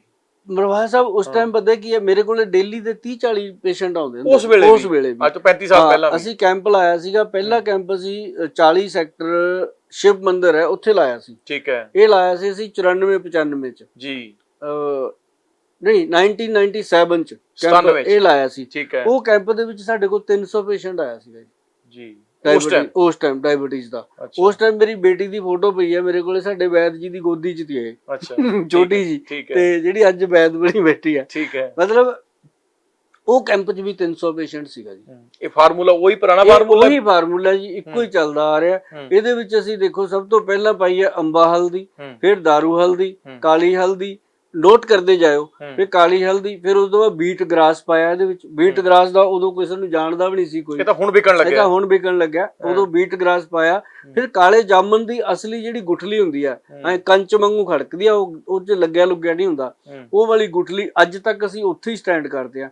ਤੇ ਉਸ ਤੋਂ ਬਾਅਦ ਇਹਦੇ ਵਿੱਚ ਅਸੀਂ ਪਾਈ ਹੈਗੀ ਕਾਟਨ ਸੀਡ, ਜਿਹਨੂੰ ਅਸੀਂ ਬੜੇਵਿਆਂ ਦੀ ਗਿਰੀ ਕਹਿੰਦੇ ਆ। ਠੀਕ ਹੈ, ਕਾਟਨ ਸੀਡ ਪਾਇਆ। ਫਿਰ ਅਸੀਂ ਇਹਦੇ ਵਿੱਚ ਪਾਈ ਹੈਗੀ ਹੈ ਜੀ ਉਸ ਤੋਂ ਬਾਅਦ ਕਰੇਲਿਆਂ ਦਾ ਪੰਚਾਂਗ ਪਾਇਆ ਜੀ। ਜਿਹੜਾ ਬਾੜ ਕਰੇਲਾ ਹੁੰਦਾ ਨਾ ਜੀ, ਉਹ ਪੂਰਾ ਪੱਟ ਕੇ ਉਹਨੂੰ ਵਾਸ਼ ਕਰਕੇ ਡਰਾਈ ਕਰਕੇ ਜਿਹੜਾ ਉਹਦਾ ਪਾਊਡਰ ਬਣਦਾ, ਫਿਰ ਉਹ ਪਾਊਡਰ ਇਹਦੇ ਵਿੱਚ ਪੂਰਾ। ਫਿਰ ਇਹਦੇ ਵਿੱਚ ਅਸੀਂ ਪਾਈ ਨਿੰਮ ਦੀਆਂ ਪੱਤੀਆਂ, ਬੇਲ ਦੀਆਂ ਪੱਤਰੀਆਂ ਜਿਹੜੀਆਂ ਸ਼ਿਵਜੀ ਤੇ ਚੜ੍ਹਦੀਆਂ ਨੇ, ਬੇਲ ਪੱਤਰੀ ਉਹ ਪਾਈਆਂ। ਫਿਰ ਇਹਦੇ ਵਿੱਚ ਅਸੀਂ ਪਾਈ ਗੁੜਮਾਰ ਬੂਟੀ। 10 ਚੀਜ਼ਾਂ ਪੈਂਦੀਆਂ ਨੇ ਜੀ। 10 ਦੀਆਂ 10 ਤੁਹਾਨੂੰ ਬੋਲਤੀਆਂ, ਮੈਂ ਬੋਲਦਾ ਹੀ ਰਹਿਣਾ। ਲੋਕ ਬਣਾਉਂਦੇ ਵੀ ਨੇ, ਖਾਂਦੇ ਵੀ ਨੇ, ਸੀਸਾਂ ਵੀ ਦਿੰਦੇ ਨੇ। ਤੁਸੀਂ ਵੀ ਬਣਾਓ, ਖਾਓ, ਸੀਸਾਂ ਦੇਣੀਆਂ ਤੁਹਾਡੀ ਹਿੰਮਤ ਹੈ। ਲੇਕਿਨ ਇਹ ਜ਼ਰੂਰ ਹੈ ਵੀ ਜੇ ਤੁਹਾਨੂੰ ਲੱਗਦਾ ਵੀ ਗੋਇਲ ਸਾਹਿਬ ਦੇ ਬੱਚੇ ਪਾਲਣੇ, ਫਿਰ ਮੇਰੇ ਤੋਂ ਖਰੀਦ ਲਓ, ਕੋਈ ਦਿੱਕਤ ਨਹੀਂ ਹੈਨਾ, ਬਣਿਆ ਬਣਾਇਆ ਵੀ ਮਿਲ ਜੂਗਾ। ਤੇ ਇਹ ਜਿਹੜਾ ਪ੍ਰੋਸੈਸ ਹੈ ਨਾ ਜੀ, ਇਹ ਗਵਰਨਮੈਂਟ ਤੋਂ ਫਿਰ ਸਰਟੀਫਾਈਡ ਹੋਇਆ ਜੀ ਸਾਡਾ ਇਹ ਜਾ ਕੇ। ਉਸ ਤੋਂ ਬਾਅਦ ਫਿਰ ਅਸੀਂ ਇਹਨੂੰ ਜਦੋਂ ਮਾਰਕੀਟ 'ਚ ਵੀ ਦਿੱਤਾ, ਤਾਂ ਇਹ ਫਾਰਮੂਲਾ ਜਿਹੜਾ ਹੈਗਾ ਅੱਜ ਤੱਕ ਸਟੇਬਲ ਆ। ਔਰ ਇਹ ਪੈਨਕ੍ਰੀਆਸ ਦੇ ਬੀਟਾ ਸੈੱਲ ਨੂੰ ਤਾਕਤ ਦਿੰਦਾ, ਨੈਚੁਰਲ ਤਰੀਕੇ ਨਾਲ ਸ਼ੂਗਰ ਨੂੰ ਕੰਟਰੋਲ ਕਰਦਾ। 3 ਤੋਂ 6 ਮਹੀਨੇ ਅਸੀਂ ਇਹਨੂੰ ਲਗਾਤਾਰ ਦਿੰਦੇ ਆ। ਉਸ ਤੋਂ ਬਾਅਦ ਆਲਟਰਨੇਟ ਡੇ ਕਰ ਦਿੰਦੇ ਆ। ਫਿਰ ਲੋਕਾਂ ਨੂੰ ਕਹਿੰਦੇ ਆ ਮੇਥੀ ਕਲੌਂਜੀ ਰਾਤ ਨੂੰ ਭਿਉਂ ਕੇ ਸਵੇਰੇ ਖਾਂਦੇ ਰਹੋ, ਮੁੜ ਕੇ ਦਵਾਈਆਂ ਦੀ ਲੋੜ ਹੀ ਨਹੀਂ ਪੈਂਦੀ। ਇੱਕ ਸਵਾਲ ਹੁਣੇ, ਫਾਰਮੂਲਾ ਬਹੁਤ ਪੁਰਾਣਾ ਹੈ, 50-55 ਸਾਲ ਤੁਹਾਡੀ ਵੀ ਉਮਰ ਹੋ ਗਈ। ਉਸ ਤੋਂ ਅੱਗੇ ਜਿਹੜੇ ਤੁਹਾਡੇ ਕੋਲ ਜਿਹੜਾ ਵੈਦ ਜਿਹਨਾਂ ਕੋਲ ਜਾਂਦੇ ਸੀ ਉਹਨਾਂ ਤੋਂ ਲਿਆ, ਉਹਨਾਂ ਦੀ ਵੀ ਉਮਰ ਹੋਏਗੀ। ਬਸ 100-150 ਸਾਲ ਪੁਰਾਣਾ ਆਪਾਂ ਲਾ ਕੇ ਚੱਲੀਏ, ਹੋ ਸਕਦਾ ਉਸ ਤੋਂ ਜ਼ਿਆਦਾ ਵੀ ਹੋਊਗਾ ਜੀ। ਉਦਾਂ ਦੀ ਕੁਆਲਿਟੀ, ਉਦਾਂ ਦੇ ਕਿਉਂ ਵੀ ਜਿੱਦਾਂ ਸਿਸਟਮ ਬਦਲਿਆ ਹੈ, ਲਾਈਫ ਸਟਾਈਲ ਬਦਲ, ਲੋਕਾਂ ਦੇ ਪੇੜ ਪੌਦੇ ਬਨਸਪਤੀ ਬਦਲੀ ਹੈ, ਉਦਾਂ ਦੀ ਕੁਆਲਿਟੀ ਅੱਜ ਵੀ ਮੌਜੂਦ ਹੈ? ਦੇਖੋ ਜੀ, ਮੈਂ ਤੁਹਾਨੂੰ ਮਰਵਾਹਾ ਸਾਹਿਬ ਸਿੱਧੀ ਜੀ ਇੱਕ ਐਗਜ਼ਾਮਪਲ ਦਿੰਦਾ ਜੀ, ਵੀ ਸੂਰਜ ਦੇ ਵਿੱਚੋਂ ਕਦੇ ਠੰਡ ਨਹੀਂ ਪੈ ਸਕਦੀ, ਠੀਕ ਹੈ, ਚੰਦਰਮਾ ਦੇ ਵਿੱਚੋਂ ਗਰਮੀ ਨਹੀਂ ਹੋ ਸਕਦੀ, ਬਿਲਕੁਲ ਠੀਕ ਹੈ, ਕਿੱਕਰਾਂ ਨੂੰ ਕਦੇ ਕਿੱਕਰਾਂ ਨੂੰ ਕਦੇ ਜਾਮਣਾ ਨਹੀਂ ਲੱਗ ਸਕਦੀ, ਜਾਮਣਾ ਨੂੰ ਕਦੇ ਤੁੱਕੇ ਨਹੀਂ ਲੱਗ ਸਕਦੇ। ਰੱਬ ਗਲਤੀ ਨਹੀਂ ਕਰ ਸਕਦਾ, ਇਨਸਾਨ ਕਰਦਾ, ਠੀਕ ਹੈ, ਗਲਤੀ ਜਦੋਂ ਵੀ ਕਰਦਾ। ਇਸ ਕਰਕੇ ਜੜੀ ਬੂਟੀ 'ਚ ਕੋਈ ਪ੍ਰੋਬਲਮ, ਫਿਰ ਉਹ ਭੁਗਤਣਾ ਵੀ ਪੈਂਦਾ ਇਨਸਾਨ ਨੂੰ ਜੇ ਗਲਤੀ ਕਰੇਗਾ। ਜੜੀ ਬੂਟੀ 'ਚ ਕੋਈ ਪ੍ਰੋਬਲਮ ਨਹੀਂ, ਜੜੀ ਬੂਟੀ ਸੇਮ ਮਿਲੂਗੀ ਤੁਹਾਨੂੰ। ਬਸ ਵੈਦ ਦੀ ਨੀਅਤ ਕਲੀਅਰ ਹੋਣੀ ਚਾਹੀਦੀ ਆ, ਉਹਨੂੰ ਪਤਾ ਹੋਣਾ ਚਾਹੀਦਾ ਵੀ ਜਿਵੇਂ ਬੜੇਵੇਂ ਦੀ ਗਿਰੀ ਪਾ ਰਿਹਾ, ਐ ਨਾ ਹੋਵੇ ਉਹੀ ਬੜੇਵੇਂ ਲੈ ਕੇ ਪੀਸਦਾ ਵਿੱਚ, ਫਿਰ ਗਿਰੀ ਕੱਢ ਕੇ ਪਾਉਣੀ ਪਊਗੀ। ਜੇ ਤੁਸੀਂ ਸੱਚਮੁੱਚ 1992 ਤੋਂ ਲੈ ਕੇ 2023 ਤੱਕ ਅਗਰ ਤੁਸੀਂ ਸਟੇਬਲ ਕੰਮ ਕਰਨਾ, ਤਾਂ ਤੁਹਾਨੂੰ ਕੁਛ ਨਾ ਕੁਛ ਲੋਕਾਂ ਲਈ ਕਰਨਾ ਪਊਗਾ। ਨਹੀਂ ਤਾਂ ਤੁਸੀਂ ਦੇਖਦੇ ਹੋ ਵੀ ਕੋਈ ਸਾਲ ਆਇਆ, ਕੋਈ 2 ਸਾਲ ਆਇਆ, ਡਮਰੂ ਵਜਾ ਕੇ ਚਲਿਆ ਜਾਂਦਾ, ਉਸੇ ਤਰ੍ਹਾਂ ਦੁਨੀਆ ਚੱਲੀ ਜਾਂਦੀ ਹੈ। ਸੁਭਾਸ਼ ਗੋਇਲ ਪਹਿਲਾਂ ਵੀ ਇੱਥੇ ਸੀ ਚੰਡੀਗੜ੍ਹ 1992 ਚ, ਅੱਜ ਵੀ ਤੁਹਾਡੇ ਕੋਲ ਹੀ ਬੈਠਾ। ਔਰ ਇਹ ਚੀਜ਼ਾਂ ਦੇ ਵਿੱਚ ਕੋਈ ਗੱਲਬਾਤ ਹੈਗੀ ਆ, ਤਾਂ ਹੀ ਤੁਸੀਂ ਸਾਂਭ ਕੇ ਰੱਖਿਆ ਹੋਇਆ। ਔਰ ਤੁਹਾਨੂੰ ਬਹੁਤ ਪਿਆਰ ਹੈ, ਮੇਰੇ ਵੱਲੋਂ ਬਹੁਤ ਸਤਿਕਾਰ ਹੈ ਜੀ। ਗੋਇਲ ਸਾਹਿਬ, ਇਹ ਵੀ ਤੁਹਾਡੇ ਤੋਂ ਜਾਣਨਾ ਚਾਹਾਂਗੇ, ਤੁਹਾਡੇ ਆਪਾਂ ਜ਼ਿੰਦਗੀ ਦੇ ਤਜਰਬੇ ਸਾਂਝੇ ਕਰ ਰਹੇ ਹਾਂ, ਤੁਹਾਡੀ R&Ds ਜਿਹੜੀਆਂ ਹੋਈਆਂ, ਜੋ ਤਜਰਬੇ ਤੁਹਾਨੂੰ ਪਤਾ ਸੀ। ਪਹਿਲਾ ਮਰੀਜ਼ ਕੋਈ ਜ਼ਿੰਦਗੀ 'ਚ ਸ਼ੂਗਰ ਦੇ ਪਤਾ ਨਹੀਂ ਕਿੰਨੇ ਠੀਕ ਕੀਤੇ ਹੋਣੇ, ਕੋਈ ਅਜਿਹਾ ਵਾਕਿਆ, ਕੋਈ ਪਹਿਲਾ ਮਰੀਜ਼ ਬਹੁਤ ਹੀ ਹਤਾਸ਼ ਆਇਆ ਹੋਵੇ ਤੁਹਾਡੇ ਕੋਲ ਤੇ ਆ ਕੇ ਉਹਨੇ ਫਿਰ ਤੁਹਾਡਾ ਧੰਨਵਾਦ ਕੀਤਾ ਹੋਵੇ, ਜਦੋਂ ਕਿਹਾ ਹੋਵੇ ਗੋਇਲ ਸਾਹਿਬ ਮੈਨੂੰ ਜ਼ਿੰਦਗੀ ਦਿੱਤੀ ਤੁਸੀਂ, ਕੋਈ ਉਹ ਯਾਦ ਆਂਦਾ? ਬਿਲਕੁਲ ਆਉਂਦਾ ਜੀ। ਸਭ ਤੋਂ ਪਹਿਲਾਂ ਸਾਡਾ ਪੇਸ਼ੈਂਟ ਜਿਹੜਾ ਸੀਗਾ, ਜਿਹਨੂੰ ਦਵਾਈ ਦੇਣ ਤੋਂ ਬਾਅਦ ਸਾਡੇ ਸਾਰੇ ਵੈਦਾਂ ਦੇ ਵੀ ਸਾਡੇ ਵੀ ਸਾਹ ਫੁੱਲੇ ਹੋਏ ਸੀ ਵੀ ਕੱਲ ਨੂੰ ਆ ਕੇ ਇਹ ਕੀ ਕਹੂਗਾ, ਉਹ ਸਾਡਾ ਲੇਟੈਸਟ ਸੀਗਾ ਕਿ ਉਹਨੂੰ ਬੱਚੇਦਾਨੀ ਚ ਰਸੌਲੀ ਸੀ। ਅੱਛਾ, ਲੇਡੀ ਸੀ, ਉਹਨੂੰ ਰਸੌਲੀ ਸੀਗੀ ਬੱਚੇਦਾਨੀ ਚ। ਉਹਨੇ ਆ ਕੇ ਸਾਡੇ ਵੈਦ ਜੀ ਦੀ ਸਲਾਹ ਲੈ ਲਈ। ਵੈਦ ਅਨਿਲ ਕੁਮਾਰ ਜੀ ਨੇ ਅੱਜ ਵੀ ਸਾਡੇ ਨਾਲ ਨੇ ਹੈਨਾ, ਉਦੋਂ ਯੰਗ ਸੀ। ਤੁਸੀਂ ਵੀ ਉਹਨਾਂ ਨੂੰ ਗੁਰੂ ਜੀ ਦਾ ਦਰਜਾ ਦਿੰਦੇ? ਹਾਂ ਬਿਲਕੁਲ ਦਿੰਦੇ ਆ, ਪਿਤਾ ਦਾ ਦਰਜਾ ਹੀ ਦਿੰਦੇ ਆ ਉਹਨਾਂ ਨੂੰ। ਠੀਕ ਹੈ। ਤੇ ਉਹਨਾਂ ਨੇ ਉਹਨਾਂ ਨੂੰ ਦਵਾਈ ਦੇਤੀ। ਮੈਂ ਉਹਨਾਂ ਨੂੰ ਮਤਲਬ ਉਹ ਦਵਾਈ ਦੇਣ ਤੋਂ ਬਾਅਦ 60-70 ਵਾਰੀ ਪੁੱਛਿਆ ਵੀ ਡਾਕਟਰ ਸਾਹਿਬ ਠੀਕ ਤਾਂ ਹੋ ਜੂ, ਕੋਈ ਕੰਪਲੇਂਟ ਤਾਂ ਨਹੀਂ ਆਊ। ਮਤਲਬ ਅਸੀਂ ਐ ਡਰਦੇ ਹੁੰਦੇ ਸੀ, ਐ ਨਹੀਂ ਵੀ ਦਵਾਈ ਦੇਤੀ ਸਾਨੂੰ ਕੀ ਲੈਣ ਦੇਣਾ, ਖੁਦ ਨੂੰ ਭਰੋਸਾ ਨਹੀਂ ਸੀ ਉਸ ਟਾਈਮ। ਹਾਂ ਮੈਨੂੰ ਨਹੀਂ ਸੀ। ਮੈਂ ਕਿਹਾ ਡਾਕਟਰ ਸਾਹਿਬ ਕਹਿੰਦੇ ਤੂੰ ਚਿੰਤਾ ਨਾ ਕਰ, ਸਭ ਠੀਕ ਹੋਊਗਾ। ਜਦੋਂ ਉਹਨਾਂ ਨੇ ਜੀ ਸਾਨੂੰ ਆ ਕੇ 15-20 ਦਿਨ ਬਾਅਦ ਦੱਸਿਆ ਵੀ ਲੱਗਦਾ ਕੁਝ ਫਾਇਦਾ ਹੋ ਰਿਹਾ, ਤੇ ਸਾਨੂੰ ਚੈਨ ਆਇਆ, ਜਾਨ ਚ ਜਾਨ ਆ ਗਿਆ। ਹਾਂ, ਤੇ 3 ਮਹੀਨੇ ਬਾਅਦ ਜੀ ਉਹਨਾਂ ਦੀ ਰਿਪੋਰਟ ਕਲੀਅਰ ਹੋ ਗਈ ਸੀ ਬੱਚੇਦਾਨੀ ਦੀ ਰਸੌਲੀ ਦੀ। ਉਹ ਦਵਾਈ ਸਾਡੀ ਅੱਜ ਤੱਕ ਕਾਮਯਾਬ ਹੈ ਜੀ। ਬੱਚੇਦਾਨੀ ਦੀ ਰਸੌਲੀ ਇਸ ਟਾਈਮ ਇੱਥੇ ਨਹੀਂ ਪਈ, ਪਰ ਉਹ ਕਾਮਯਾਬ ਹੈ। ਇੱਕ ਸਾਡੀ ਪ੍ਰੋਸਟੇਟ ਦੀ, ਨਾਮ ਦੱਸ ਦੋ ਨਾ ਦਵਾਈ। ਹਾਂ, ਬੱਚੇਦਾਨੀ ਦੀ ਜਿਹੜੀ ਰਸੌਲੀ ਦੀ ਦਵਾਈ ਆ, ਉਹਦਾ ਨਾਮ ਵੀ ਕਲੀਅਰ ਹੀ ਹੈ ਜੀ ਸਾਡਾ। ਉਹਨੂੰ ਅਸੀਂ ਕਹਿੰਦੇ ਹੁੰਦੇ ਆ ਰਸੌਲੀਆਂ ਨੂੰ ਜੜ ਤੋਂ ਖਤਮ ਕਰਨ ਦੀ ਦਵਾਈ ਵੈਦਬਾਨ, ਉਹਦਾ ਨਾਂ ਇਦਾਂ ਹੀ ਰੱਖਿਆ ਹੋਇਆ, ਦੇਸੀ ਨਾਮ ਹੈ। ਤੇ ਲੇਕਿਨ ਅਸੀਂ ਉਹਨੂੰ ਮੁਟਿਆਰ ਪਾਊਡਰ ਦੇ ਨਾਮ ਤੇ ਪੇਸ਼ ਕੀਤਾ। ਠੀਕ ਹੈ, ਗਵਰਨਮੈਂਟ ਤੋਂ ਅਪਰੂਵ ਕਰਾਇਆ। ਮੁਟਿਆਰ ਪਾਊਡਰ PCOD ਦੇ ਵਾਸਤੇ ਵੀ ਕੰਮ ਕਰਦਾ, ਹੋਰ ਬਹੁਤ ਸਾਰੀਆਂ ਚੀਜ਼ਾਂ 'ਚ ਕੰਮ ਕਰਦਾ। ਤੇ ਇੱਕ ਅਸੀਂ ਉਸੇ ਟਾਈਮ ਉਸੇ ਦਾ ਹਸਬੈਂਡ ਸੀ, ਉਹਨੂੰ ਪ੍ਰੋਸਟੇਟ ਦੀ ਪ੍ਰੋਬਲਮ ਸੀ। ਠੀਕ ਹੈ, ਗਦੂਦਾਂ ਦੀ ਕਹਿ ਦਿੰਦੇ ਆ। ਉਦੋਂ ਮੈਨੂੰ ਗਦੂਦਾਂ ਦਾ ਪਤਾ ਨਹੀਂ ਸੀ ਹੁੰਦਾ, ਕਿਉਂਕਿ ਅਸੀਂ ਕਿਹੜਾ ਕੋਈ ਖਾਨਦਾਨੀ ਏਦਾਂ ਕੰਮ ਕਰਦੇ ਜਾਂ ਉਦਾਂ ਦਾ ਮਰੀਜ਼ ਆਇਆ ਨਹੀਂ ਕਦੇ, ਨਾ ਆਇਆ ਨਹੀਂ। ਤੇ ਉਹ ਗਦੂਦਾਂ ਦਾ ਮੈਨੂੰ ਪਤਾ ਨਾ, ਉਹ ਸਾਡੇ ਵੈਦ ਜੀ ਕਹਿੰਦੇ ਕੋਈ ਗੱਲ ਨਹੀਂ, ਇਹ ਵੀ ਹੋ ਜੂ। ਉਹਨਾਂ ਨੇ ਉਹ ਵੀ ਠੀਕ ਕਰ ਲਿਆ। ਤੇ ਸਾਨੂੰ ਲੱਗਿਆ ਵੀ ਸਾਡੇ ਕੋਲ ਤਾਂ ਬਹੁਤ ਬੜਾ ਵੈਦ ਹੈ ਜੀ। ਫਿਰ ਮੈਂ ਵੈਦ ਜੀ ਦੇ ਦਮ ਤੇ ਪ੍ਰੋਪਰ ਕੰਮ ਕਰਿਆ ਜੀ, ਸ਼ੋਰੂਮ ਲੈ ਕੇ ਪਲੇਟਫਾਰਮ ਬਣਾਇਆ। ਫਿਰ ਮੈਂ ਖੁਦ ਐਡਮਿਸ਼ਨ ਫਿਰ ਮੈਨੂੰ ਵੈਦ ਜੀ ਕਹਿੰਦੇ ਵੀ ਸੁਭਾਸ਼ ਦੇਖ ਹੁਣ ਤੂੰ ਲੱਗ ਗਿਆ ਕੰਮ ਕਰਨ, ਤੈਨੂੰ ਕਰਨਾ ਪਊਗਾ, ਤੂੰ ਹੁਣ ਇੱਥੋਂ ਹਟ ਨਹੀਂ ਸਕਦਾ, ਤੂੰ ਨਾਲ ਐਡਮਿਸ਼ਨ ਲੈ। ਫਿਰ ਮੈਂ ਨੈਚੁਰੋਪੈਥੀ ਚ ਲਈ, NDDY ਯੋਗਾ, ਤੇ ਜਿੰਨਾ ਕੁ ਮੈਂ ਕਰ ਸਕਦਾ ਸੀ ਉਹਨਾਂ ਕੁ ਫਿਰ ਮੈਂ ਕੀਤਾ। ਤੇ ਹੁਣ ਅਸੀਂ ਵੈਦ ਰਲ ਕੇ ਸਾਰੇ ਜਣੇ ਇਕੱਠੇ ਹੋ ਕੇ ਕੰਮ ਕਰਦੇ ਆ। ਤੇ ਉਹ ਪ੍ਰੋਸਟੇਟ ਦਾ ਤੇ ਰਸੌਲੀ ਦਾ ਪੇਸ਼ੈਂਟ ਠੀਕ ਹੋਇਆ। ਫਿਰ ਸਾਡੇ ਹੱਥ 'ਚ ਇੱਕ ਬਹੁਤ ਬੜੀ ਉਸ ਮਾਤਾ ਰਾਣੀ ਦੀ ਸ਼ਕਤੀ ਲਾ ਲਓ, ਬਾਬਾ ਜੀ ਦਾ ਆਸ਼ੀਰਵਾਦ ਲਾ ਲਓ ਵੀ 2005 'ਚ ਸਾਡੇ ਹੱਥ 'ਚ ਉਹ ਗਿੱਦੜ ਸਿੰਘੀ ਆਈ, ਜਿਹਦੇ ਨਾਲ ਫਿਰ ਸਾਨੂੰ ਪਿੱਛੇ ਮੁੜ ਕੇ ਦੇਖਣ ਦੀ ਲੋੜ ਨਹੀਂ ਪਈ। ਉਹ ਸੀਗੀ ਸਾਡੇ ਕੋਲੇ ਨਰਵੋ ਪਲੱਸ ਡੀ। ਠੀਕ ਹੈ ਜੀ, ਜਿਹਨੇ ਲੋਕਾਂ ਨੂੰ ਨਸ਼ੇ ਛੁਡਾਏ। ਠੀਕ ਹੈ ਮਰਵਾਹਾ ਸਾਹਿਬ, ਅਸੀਂ ਜਦੋਂ ਇਹ ਦਵਾਈ ਬਣਾਈ ਸੀ ਨਾ, ਉਦੋਂ ਅਸੀਂ ਇਹ ਕਹਿੰਦੇ ਸੀ, ਉਦੋਂ ਸਾਨੂੰ ਐਂ ਸੀ ਵੀ ਚੰਡੀਗੜ੍ਹ 'ਚ ਪਤਾ ਨਹੀਂ ਕੋਈ ਨਸ਼ਾ ਕਰਦਾ ਵੀ ਹੈ ਕਿ ਨਹੀਂ, ਸਾਡੇ ਕੋਲ ਕੌਣ ਆਊ, ਵੀ ਅਸੀਂ ਕੀ ਕਰਾਂਗੇ, ਵੀ ਦਾਰੂ ਦੂਰੂ ਪੀਂਦੇ ਹੋਣੇ ਲੋਕ, ਇੱਥੇ ਕਿਹੜੇ ਨਸ਼ੇ ਕਰਦੇ ਆ। ਪਰ ਜਦੋਂ ਮੈਂ ਪਹਿਲੀ ਐਡ ਲਾਈ, ਅਸੀਂ ਨਿਊਜ਼ ਦਿੱਤੀ ਸੀਗੀ ਅਖਬਾਰ ਦੇ ਵਿੱਚ, ਲੋਕਲ ਅਖਬਾਰ ਭਾਸਕਰ ਚੰਡੀਗੜ੍ਹ 'ਚ ਨਿਊਜ਼ ਦਿੱਤੀ ਸੀ। ਉਹ ਨਿਊਜ਼ ਦੇ ਦਮ ਤੇ ਸਾਡੇ ਕੋਲ ਪਹਿਲੇ ਕੈਂਪ ਦੇ ਵਿੱਚ 80 ਪੇਸ਼ੈਂਟ ਸੀਗੇ।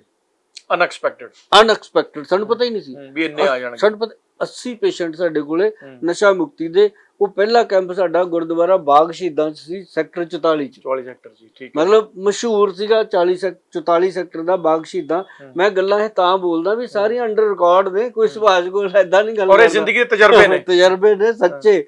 ਤੇ ਬਾਗ ਸ਼ਹੀਦਾਂ ਗੁਰਦੁਆਰੇ ਚ ਜਦੋਂ ਕੈਂਪ ਲਾਇਆ, ਉਸ ਕੈਂਪ ਦੇ ਵਿੱਚ ਇੱਕ ਲੜਕੀ ਆਈ ਸਾਡੇ ਕੋਲੇ। ਪੇਸ਼ੈਂਟ ਤਾਂ ਬਹੁਤ ਆਏ, ਕੋਈ ਕਹੇ ਜੀ ਮੈਂ ਟਰੱਕ ਚਲਾਉਣਾ, ਕੋਈ ਕਹੇ ਮੈਂ ਟੈਂਪੂ ਚਲਾਉਣਾ, ਕੋਈ ਕਹੇ ਮੈਂ ਰਿਕਸ਼ਾ ਚਲਾਉਣਾ, ਕੋਈ ਕੁਛ। ਪਰ ਨਸ਼ੇ ਉਦੋਂ ਇੰਨੇ ਜ਼ਿਆਦਾ ਚਿੱਟੇ ਚੁੱਟੇ ਵਾਲੇ ਨਹੀਂ। ਕਿਹੜੇ ਸਾਲ ਦੀ ਗੱਲ ਹੈ ਵੈਦ ਸਾਹਿਬ? ਇਹ ਤਕਰੀਬਨ ਹੈਗੀ ਹੈ ਜੀ 2005 ਦੀ ਗੱਲ ਹੈ। ਨਵੰਬਰ 2005 ਦੀ ਗੱਲ ਹੈ, 15-17 ਸਾਲ ਪੁਰਾਣੀ ਗੱਲ ਹੈ। ਤੇ ਇੱਕ ਦੋ ਸਾਡੇ ਕੋਲ ਇਹੋ ਜਿਹੇ ਵੀ ਆਏ ਜਿਹੜੇ ਕਹਿੰਦੇ ਸੀ ਜੀ ਅਸੀਂ ਮਤਲਬ ਉਹ ਅਫੀਮ ਖਾਂਦੇ ਆ, ਕੋਈ ਭੁੱਕੀ ਖਾਂਦਾ ਸੀ, ਕੋਈ ਗੋਲੀਆਂ ਟੀਕੇ। ਉਦੋਂ ਇਹੋ ਜਿਹੇ ਸੀ, ਉਦੋਂ ਚਿੱਟੇ ਚੁੱਟੇ ਨਹੀਂ ਸੀ ਹੁੰਦੇ, ਮਤਲਬ ਸਿੰਥੈਟਿਕ ਨਸ਼ਾ ਕਹਿ ਲੋ ਜਾਂ ਮੈਡੀਕਲ ਨਸ਼ਾ, ਇਹ ਨਹੀਂ ਸੀ ਇੰਨਾ, ਇਹ ਘੱਟ ਸੀਗੇ। ਤੇ ਉਹ ਇਸ ਤਰ੍ਹਾਂ ਇੱਕ ਲੇਡੀ ਲੇਕਿਨ ਸਾਡੇ ਕੋਲ ਆਈ ਜਿਹੜੀ ਹੀਰੋਇਨ ਦਾ ਨਸ਼ਾ ਕਰਦੀ ਸੀ ਉਸ ਟਾਈਮ। ਹਾਂ, ਲੜਕੀ, ਯੰਗ ਲੜਕੀ, ਦੇਖਣ ਨੂੰ ਪ੍ਰੀਤੀ ਸਪਰੂ ਵਰਗੀ ਲੱਗੇ, ਉਹ ਸਮਾਰਟ ਕੁੜੀ। ਆਪਣੇ ਟਾਈਮ ਦੀ ਹੀਰੋਇਨ ਯਾਦ ਆ ਤੁਹਾਨੂੰ? ਹਾਂ ਬਿਲਕੁਲ ਯਾਦ ਆਊਗੀ ਜੀ, ਅਸੀਂ ਫਿਲਮਾਂ ਦੇਖੀਆਂ ਉਹਦੀਆਂ। ਤੇ ਉਹ ਨਾ ਜੀ ਉਹ ਬੈਠੀ, ਸਾਨੂੰ ਵੀ ਬੜਾ ਲੱਗਿਆ ਵੀ ਇਹ ਕਿਉਂ ਆਈ ਹੈ ਸਾਡੇ ਨਸ਼ਾ ਮੁਕਤੀ ਦੇ ਕੈਂਪ 'ਚ, ਇਹਨੂੰ ਕੀ ਹੋ ਗਿਆ, ਵੀ ਇਹ ਲੜਕੀ ਕਿਉਂ ਆਈ ਹੈ, ਸਮਾਰਟ ਹੈ, ਸਭ ਕੁਝ, ਇਹਨੂੰ ਕੋਈ ਪ੍ਰੋਬਲਮ ਤਾਂ ਲੱਗਦੀ ਨਹੀਂ। ਪਰ ਜਦੋਂ ਨਾ ਜੀ ਉਹ ਸਾਡੇ ਕੋਲੇ ਆਈ ਕੈਬਨ ਦੇ ਵਿੱਚ, ਮੈਂ ਸੀ, ਸਾਡੇ ਵੈਦ ਜੀ ਬੈਠੇ ਸੀ, ਉਹ ਰੋਈ ਨਾ ਜੀ ਕੁਝ ਫੁੱਟ ਕੇ, ਤਾਹਾ ਮਾਰ ਕੇ। ਹਾਂ, ਉਹਦੀ ਸਟੋਰੀ ਮੈਂ ਬਹੁਤ ਚੈਨਲਾਂ ਤੇ ਦਿੱਤੀ ਆ। ਉਹ ਕਹਿੰਦੀ ਵੀਰ ਜੀ ਦੇ ਦਿਓ ਮੇਰੀ ਸਟੋਰੀ, ਪਰ ਮੇਰਾ ਨਾਂ ਨਾ ਲਿਓ, ਮੈਂ ਲੈਂਦਾ ਵੀ ਨਹੀਂ ਹੁੰਦਾ। ਪਰ ਲੇਕਿਨ ਮੈਂ ਇੰਨਾ ਜ਼ਰੂਰ ਦੱਸਦਾ ਵੀ ਚੰਡੀਗੜ੍ਹ 22 ਸੈਕਟਰ ਦੇ ਵਿੱਚ ਉਹਦਾ ਕੁੜੀ ਦੇ PG ਸੀਗੇ 2 ਆਪਦੀਆਂ ਕੋਠੀਆਂ ਸੀ। ਮਾਮਾ ਧੀਆਂ ਸੀ, ਇੰਨੇ ਸਾਲ ਪਹਿਲਾਂ ਮਾਮਾ ਧੀਆਂ ਸੀ, ਫਾਦਰ ਹੈ ਮਤਲਬ ਪੈਸੇ ਦੀ ਘਾਟ ਨਹੀਂ ਸੀ। ਹਾਂ, ਕਿਸੇ ਚੀਜ਼ ਦੀ ਕਮੀ ਨਹੀਂ ਸੀ। ਲੇਕਿਨ ਜਿੱਦਣ ਮੇਰੇ ਕੋਲ ਆਈ ਸੀ ਉਦੋਂ ਕੁਝ ਵੀ ਨਹੀਂ ਸੀ ਵਿਚਾਰੀ ਕੋਲੇ, ਸਭ ਕੁਝ ਵੇਚੀ ਹੀ ਬੈਠੀ ਸੀ। ਅੱਛਾ, ਹਾਂ, ਕੰਗਾਲ ਵਾਲੀ ਗੱਲ। ਹਾਂ, ਮੈਨੂੰ ਕਹਿੰਦੀ ਵੀਰ ਜੀ ਐਂ ਕਰਕੇ ਐਂ ਹੋ ਗਿਆ ਵੀ ਮੈਂ ਕੁੜੀਆਂ ਦਾ ਪੀਜੀ ਚਲਾ ਰਹੀ ਸੀ, ਟੌਰ ਸੀ ਮੇਰੀ, ਪੂਰੇ ਸ਼ਹਿਰ 'ਚ ਕੋਈ ਮਤਲਬ ਨਹੀਂ ਸੀ। ਜਿਹੜੀ ਚੀਜ਼ ਮੇਰਾ ਜੀ ਕਰਦਾ ਸੀ, ਮੇਰਾ ਉਦੋਂ ਜੀ ਕਰਦਾ ਸੀ 3000 ਦਾ ਪਰਸ ਲੈਣਾ, ਕਹਿੰਦੀ ਮੈਂ ਲੈਂਦੀ ਸੀ। ਜੁੱਤੇ 2000 ਦੇ ਲੈਣੇ ਮੈਂ ਲੈਂਦੀ ਸੀ। ਕਹਿੰਦੀ ਹੁਣ ਮੈਂ 200 ਦੀ ਚੀਜ਼ ਲੈਣ ਨੂੰ ਤਰਸਦੀ ਆ। ਕਹਿੰਦੀ ਮੇਰਾ ਐਡਾ ਤਕੜਾ ਪੀਜੀ ਸੀ। ਕਹਿੰਦੀ ਮੈਨੂੰ ਕੁੜੀਆਂ ਨੇ ਫਰਮਾਇਸ਼ ਕਰ ਕਰਕੇ ਕਹਿਤਾ ਵੀ ਇੱਕ ਦੀਦੀ ਆਪਾਂ ਮੁੰਡਿਆਂ ਦਾ ਹੋਸਟਲ ਵੀ ਬਣਾ ਲਓ, ਪੀਜੀ ਬਣਾ ਲਓ, ਵੀ ਸਾਡੇ ਕੋਈ ਬਈਆ, ਕਹਿੰਦੀ ਮੇਰਾ ਭਰਾ ਆਣਾ ਕੋਈ, ਕਹਿੰਦੀ ਕੁਛ ਚੱਲ, ਕਹਿੰਦੀ ਡਿਸਕਸ ਕਰਕੇ ਅਸੀਂ ਇੱਕ ਕੋਠੀ ਕਿਰਾਏ ਤੇ ਲੈ ਲਈ, ਕਿਤਾਬ ਦੀ ਉਸੇ ਇੱਕ ਕਿਰਾਏ ਤੇ ਲੈ ਕੇ ਕਹਿੰਦੀ ਮੁੰਡਿਆਂ ਦਾ ਖੋਲ ਲਿਆ। ਕਹਿੰਦੀ ਉਹ 'ਚ ਇੱਕ ਦਿਨ ਉੱਪਰ ਧੂਆਂ ਨਿਕਲੇ। ਕਹਿੰਦੀ ਮੈਨੂੰ ਕੰਪਲੇਂਟ ਆਈ। ਕਹਿੰਦੀ ਮੈਂ ਉੱਪਰ ਗਈ ਦੇਖਣ, ਮੁੰਡੇ ਸੀਗੇ, ਕਹਿੰਦੀ ਅੰਮ੍ਰਿਤਸਰ ਤੋਂ ਆਏ ਸੀ 2 ਮੁੰਡੇ, ਕਹਿੰਦੀ ਉਹ ਰੱਖੇ ਸੀ।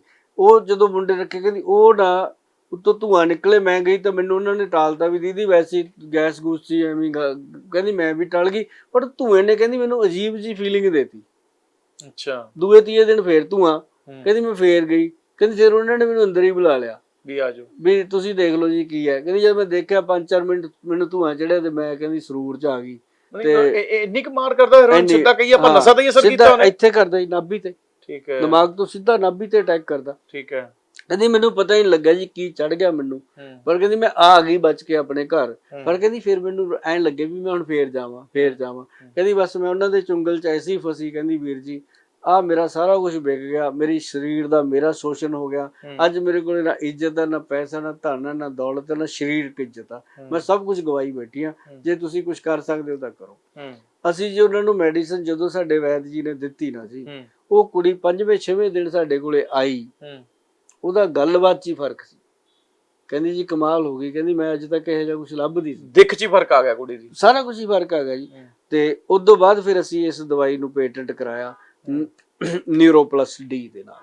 ਠੀਕ ਹੈ। ਇਹ ਫਿਰ ਦਵਾਈ ਦੇ ਵਿੱਚ ਅਸੀਂ ਪਾਇਆ ਕੀ, ਗੋਲੀਆਂ ਨੇ, ਟੈਬਲੇਟਸ, ਹਾਂ ਕੈਪਸੂਲ ਹੈ, ਇਹ 'ਚ ਪਾਇਆ ਕੀ ਨੁਸਖਾ ਜੱਗਰ ਕਰਾਂਗੇ। ਮੈਂ ਸਾਰੀ ਜਗ੍ਹਾ ਕਰਦਾ, ਲੁਕੋ ਕੋਈ ਨਹੀਂ ਹੈ। ਕਿਆ ਪਤਾ ਦੁਨੀਆ 'ਚੋਂ ਕਦ ਚਲੇ ਜਾਈਏ, ਸਿੱਧੂ ਮੂਸੇ ਵਾਲੇ ਵਾਂਗੂ ਸਾਡੇ ਗਾਣੇ ਵੱਜਣਗੇ, ਉਵੇਂ ਸਾਡੇ ਨੁਸਖੇ ਬੋਲਣਗੇ, ਯਾਦ ਕਰਨਗੇ ਲੋਕ। ਤੇ ਇਹ ਹੈਗਾ ਜੀ ਮਹਾਵਾਤ ਵਿਦਵਾਂਸਨ ਰਸ।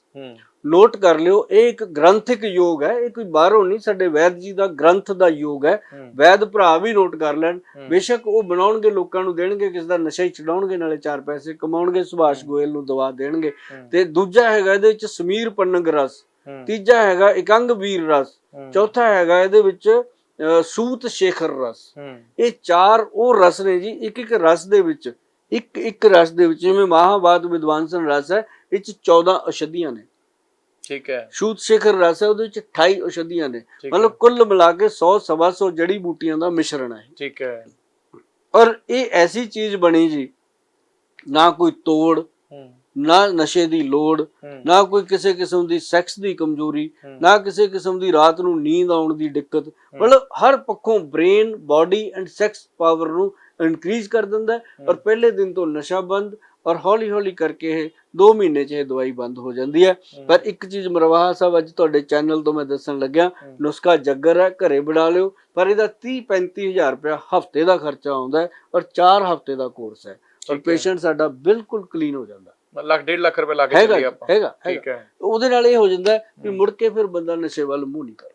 ਇਹ ਗਰੰਟੀ ਹੈ, ਇਹ ਗਰੰਟੀ ਹੈ। ਜੋ ਮੈਂ ਬੋਲਿਆ ਉਹ ਲਿਖਿਆ ਹੋਇਆ, ਉਹਨੂੰ ਘਰੇ ਬਣਾਓ, ਖਾਓ। ਜੇ ਆ ਕੇ ਮਿਲਦੇ ਹੋ ਤਾਂ ਹਾਂ ਇਹ ਜ਼ਰੂਰ ਹੈ ਕਿ ਦਵਾਈ ਜਿਹੜੀ ਆ ਉਹ ਤੁਸੀਂ ਥੋੜੀ ਕਰਕੇ ਲੈਂਦੇ ਨੇ ਲੋਕ, ਸਾਨੂੰ ਬੜਾ ਅੱਛਾ ਲੱਗਦਾ। ਜਿਵੇਂ 4-4 ਦਿਨ ਦੀ ਲੈ ਗਏ, ਹਫ਼ਤੇ ਦੀ ਲੈ ਗਏ, ਉਹਦੇ ਨਾਲ ਇਹ ਹੁੰਦਾ ਕਿ ਨਾਲੇ ਤਾਂ ਸਾਨੂੰ ਖੁਸ਼ੀ ਹੁੰਦੀ ਹੈ, ਨਾਲੇ ਪੇਸ਼ੈਂਟ ਨੂੰ ਹੁੰਦਾ ਵੀ ਮੇਰਾ ਪੈਸਾ ਖਰਾਬ ਨਹੀਂ ਹੋਇਆ, ਮੈਂ ਠੀਕ ਹੋ ਰਿਹਾ। ਬਿਲਕੁਲ ਠੀਕ ਹੈ।